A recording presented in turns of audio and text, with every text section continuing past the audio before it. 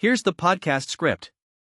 There's a New York Times opinion piece making the rounds right now with a headline that stops you cold: "One party rule is hiding in plain sight." And the argument inside is worth sitting with. The columnist David French opens with a quote from a South Carolina Republican state senator named Shane Massey, who pushed back against a Trump-inspired redistricting plan by telling his own party, and I love this line, "Republicans are stronger when the Democrat Party is vibrant and viable. Competition makes you better, y'all." French then draws a comparison that might seem odd at first: McDonald's. He recalls a conversation with a senior McDonald's executive back when the burger wars were essentially over, when Burger King and Wendy's had stopped being real threats. He expected the guy to be satisfied. Instead, the executive said he had mixed feelings.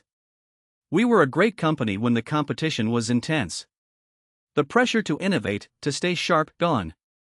So French asks the obvious question: why isn't political competition doing the same thing for American democracy? On paper, we have two parties of nearly identical size. Control of Washington flips back and forth. Margins are razor thin.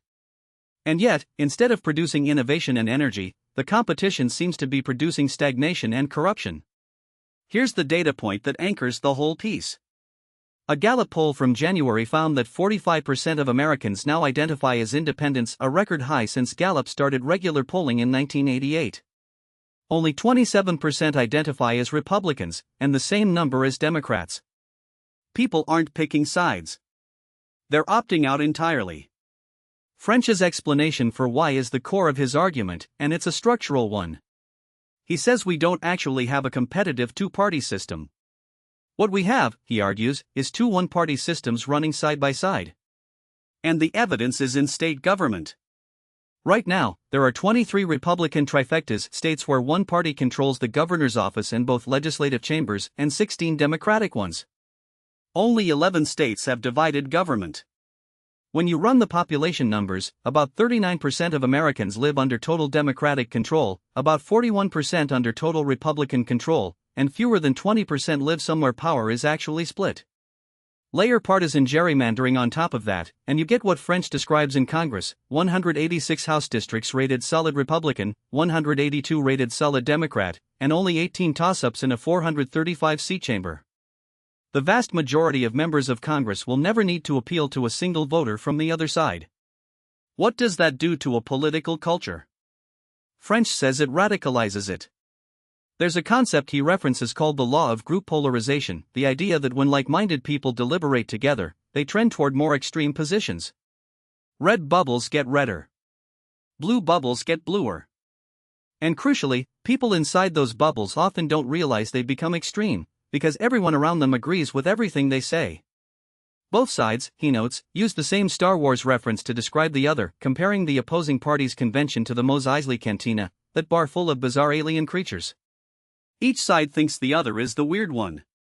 And one-party rule, French argues, is a petri dish for corruption.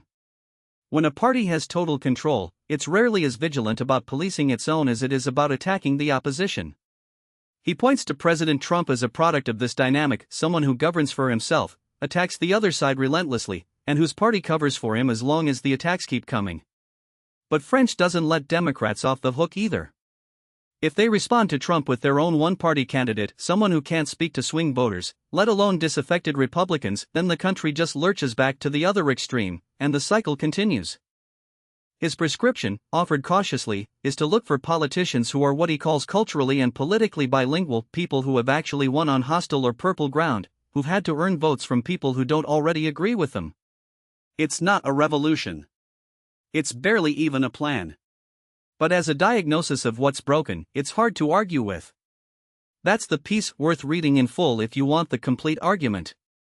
I'm leaving you with that McDonald's image, because I think it'll stick. We were a great company when the competition was intense.